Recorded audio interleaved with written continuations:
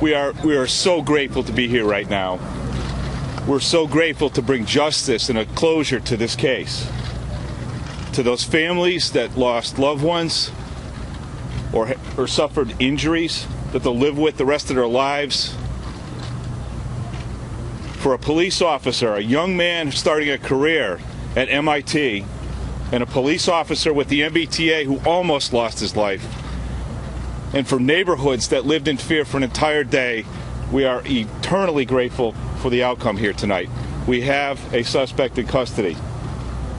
I want to thank all of the partners who worked tirelessly over the last 4 days, including the FBI, the Transit Police, our brothers with the Boston Police Department, the U.S. Attorney's Office, and the support that we've gotten from our governor over the last 4 days. We're exhausted, folks, but we have a victory here tonight. But let's not forget those people along the way. Thanks very much. Governor? Thank you, Colonel. Well, on behalf of Crystal and Martin and Lindsay, on behalf of the MIT officer who was lost last night and the transit police officer who was injured, on behalf of the hundreds of people who were hurt by the explosions at the marathon, I want to say how grateful I am to the Colonel, to the Special Agent in charge, Rick Delorier, to all of the law enforcement who worked so well and so hard together to bring us to tonight's conclusion. It was a very, very complicated case, a very challenging case, and there are still some questions remaining to be answered. But as the Colonel said, because of that extraordinary collaboration and cooperation by all of these law enforcement resources and assets, and more to the point, people, professionals, who brought their A game, we have a suspect in custody tonight. I want to also just thank all of the members of the public for their extraordinary patience, their participation in this investigation by reviewing photographs of their own and others that were up through the media, and we thank you for that, and helping us narrow in on these suspects. They were helpful and patient, and we're grateful for that as well. It's a night where I think we're all going to rest easy. Carmen? Excuse me. Good evening. I'm United States Attorney Carmen Ortiz, and I have to say that both the governor and the colonel have put it tremendously well. Tonight, we feel a tremendous sense of gratitude and relief. The ordeal that this community, especially this neighborhood, has endured over the last 24 hours. Tonight, we can sleep a bit easier. And all of the unpredictable, horrific, and yet heroic acts that have occurred over the last several days, starting with the terrible bombing attacks that occurred on Monday.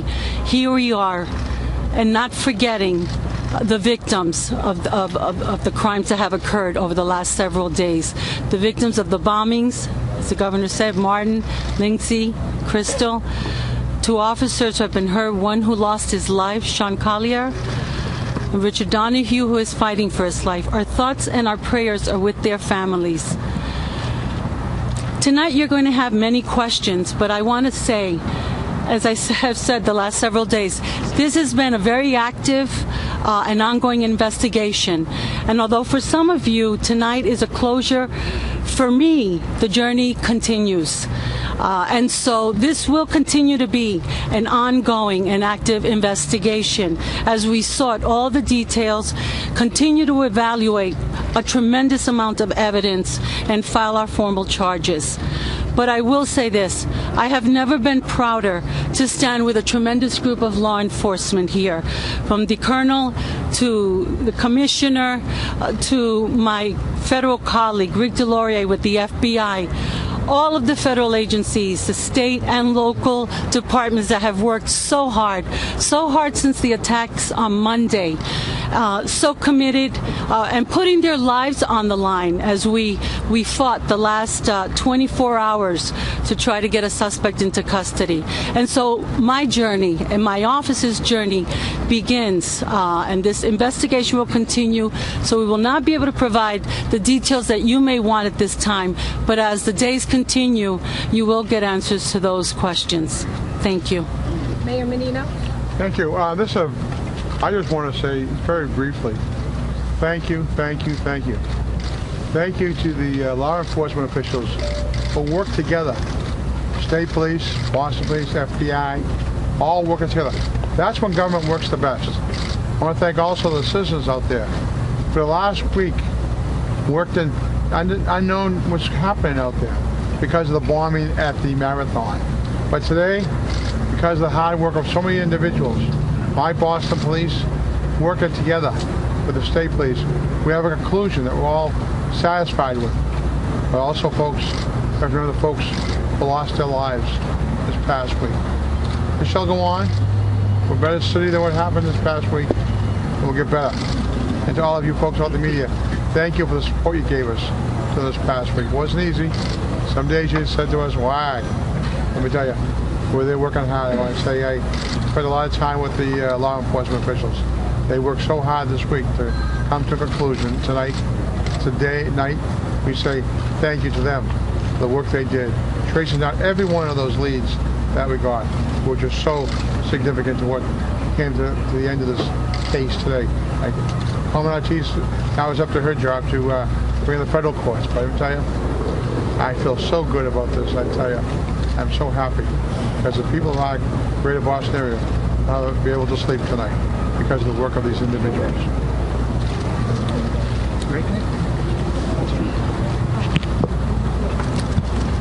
Good evening.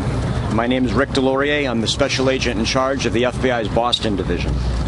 It seems like many months since Monday, April 15th, the day of the Boston Marathon bombings. Yet it has been merely 5 days since the tragic explosions that took 3 lives, critically injured over 180 spectators, and instilled terror and fear among the citizens of the city of Boston, the Commonwealth of Massachusetts, and elsewhere. Today, the city of Boston, the city of Cambridge, and the city of Watertown, and many other communities can breathe a sigh of relief knowing that 2 perpetrators who caused so much pain and anguish are no longer a threat to our personal safety and to our communities. Together, with the action and support of our Joint Terrorism Task Force partners, many of which are on the stage with me this evening, the FBI and our partners remain vigilant and continue to follow through thousands of leads and sifted through hundreds of tips, through thousands of man-hours to reach this moment. This was truly an absolutely intense investigation, and I do emphasize a truly intense investigation. As a result of that, justice is being served for the victims of these terrible crimes. I want to personally express the FBI's profound thanks to each of our partners for bringing us to this moment here this evening. No one agency alone accomplished this critically important task of keeping the city of Boston and the Commonwealth of Massachusetts safe. Thank you very much, and I support you. I thank you for your support of our media campaign the other day, which publicized the photos. I thank you very, very much for the support that the media provided us on that. It was phenomenal, and I thank each and every one of you tonight. Thank you. Commissioner Davis. Thank you.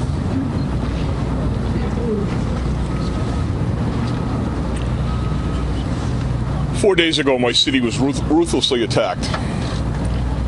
There's no explaining the savagery involved here. There's no explanation for it. I spent the last several days looking at hundreds of hours of videotape.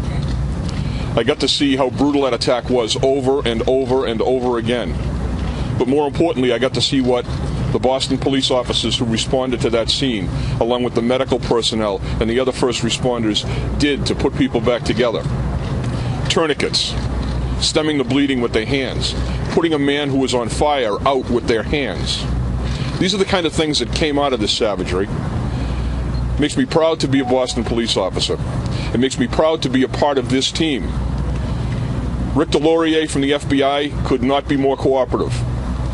We've sat together almost hour for hour for the last 4 days, sharing every single bit of information in a real team. Colonel Albans, the same way. Carmen Ortiz, with us all the time. And then, to bring the governor and the mayor together, leading the city of Boston in responding to this. I finally just want to say that the citizens of the city have been incredible. They've been patient with us. They've endured an enormous amount of heartache and aggravation over the last 4 days. But we're very happy to try to put this back together. Thank you. Watertown Police Chief DeVoe. As the police chief of Watertown, I can't be prouder of my community and the men and women of the Watertown Police Department. What they've been through, what we've been through the last 24 hours, I wouldn't want to see another police department go through. The support that we've had from all the different agencies been mentioned tonight over the last 24 hours has been incredible. To see so many agencies work together with the governor, with the mayor of Boston, and our officials in Watertown has been really great. I've spoken to the people in Watertown before, but I can't thank you enough. The community stood strong, and it was a call from a resident of Watertown. We asked you to remain vigilant, and you did. We got that call, and we got the guy. And so we can't thank you enough. You've done everything and more than we've asked. Extremely proud of law enforcement today and what we've accomplished. Thank you. Chief, did you have communication with the suspect? Excuse me, we're not done. Chief McMillan from the MBTA. I just want to thank all those who sent their thoughts and prayers to Officer Donahue and his family. Please know that it was deeply appreciated. Thank you. And I also want to commend all of the law enforcement agencies who took part in this. This is truly dedication and commitment at its best, and I'm proud to be part of it. Thank you. Special Agent in charge of the ATF. My name is Joseph Anarumo, Special Agent in charge of ATF. Go ahead. All right. Today, the entire world witnessed this law enforcement's community commitment to apprehending these offenders. Make no doubt that this combined effort will never cease in its protection of every city, every town, and every neighborhood in our nation. The prayers from every ATF employee will continue to go out to the victims as they heal from this senseless act of violence. May God bless the citizens. Suffolk County District Attorney Dan Conley. Thank you very much. I was listening to the police action all afternoon on the radio, and I'd like to join my voice, or add my voice, I should say, to those who came before me to say what an extraordinary police operation across all jurisdictions that I was able to listen to and witness today. I was down at the scene early on, and in our business, Carmen, myself, it's about accountability, and I can't say how happy I am and how pleased I am that the second subject was taken alive. This will really ensure accountability for the victims and their families. So congratulations to all law enforcement for a job very well done, and now the task ahead for accountability. Thank you. Okay, we'll take questions. How did the events transpire at the votes? There was a call that came into the Watertown Police. 3 Boston police officers, along with state troopers and FBI agents, responded to Franklin Street. A man had gone out of his house after being inside the house all day, abiding by our request to stay inside. He walked outside and he saw blood on a boat in the backyard. He then opened the tarp on the top of the boat, and he looked in and saw a man covered with blood. He retreated and called us. We set up a perimeter around that boat, and over the course of the next hour or so, we exchanged gunfire with the suspect who was inside the boat, and ultimately the hostage rescue team of the FBI made an entry into the boat and removed the suspect who was still alive in the boat. Can you talk about the imperative of taking him alive? Can you talk about the imperative of taking him alive? How much? We always want to take all of the suspects alive. I understand that, sir. But can you talk about it in the context of this particular individual? You talk about accountability. Can you talk about why you want to take him? We always want to take somebody alive so that we can find out what happened, why it happened, and we can hold them for justice. Other individuals, how badly injured is the suspect? Did you have communication with this suspect? How badly injured? There was the hostage rescue team actually did work in trying to negotiate him out of that boat. They did try to talk him out, although from what I understand, he was not communicative. Other people have also been taken into custody as well, reportedly. Have they aided and abetted the suspect? There's been actually I don't have that information. Commissioner Davis, can you talk about the suspect's injuries? Out there that you've got your guy. This is it. I think that based upon our investigation at this point in time, the citizens of the city of Boston in this area can be confident that the threat has been removed. What kind of condition is the suspect in? What kind of condition? Suspect is in serious condition at the hospital. How did you know that these were the suspects you were looking for? They didn't rob the 7-Eleven, so how did you know that they were there at the same time? The suspects came to our attention after a vicious assassination of the police officer at MIT, and a subsequent robbery that occurred where we got videotape from a gas station. The robbery actually was a carjacking. The car was taken from the scene. And officers engaged that car from the Watertown Police Department along with other officers. We were then able to put the case together. Can you tell us about his action in New Bedford? Shot when you were apprehending him at the boat? Was he shot by a police officer? The man who found him at the boat said that he was covered with blood. We assume that those injuries occurred the evening before. There was an exchange of gunfire at the boat. I don't know if he was struck. Do you think the suspect was trying to plant another bomb? There was a house in New Bedford that the hostage rescue team went into from the FBI because we felt that it was important to the investigation, but the suspect was not found. Given that he was still out there and armed... I'm sorry. Can you tell us a little bit more about what you call the assassination of Austin Collier? Was he shot in cold blood?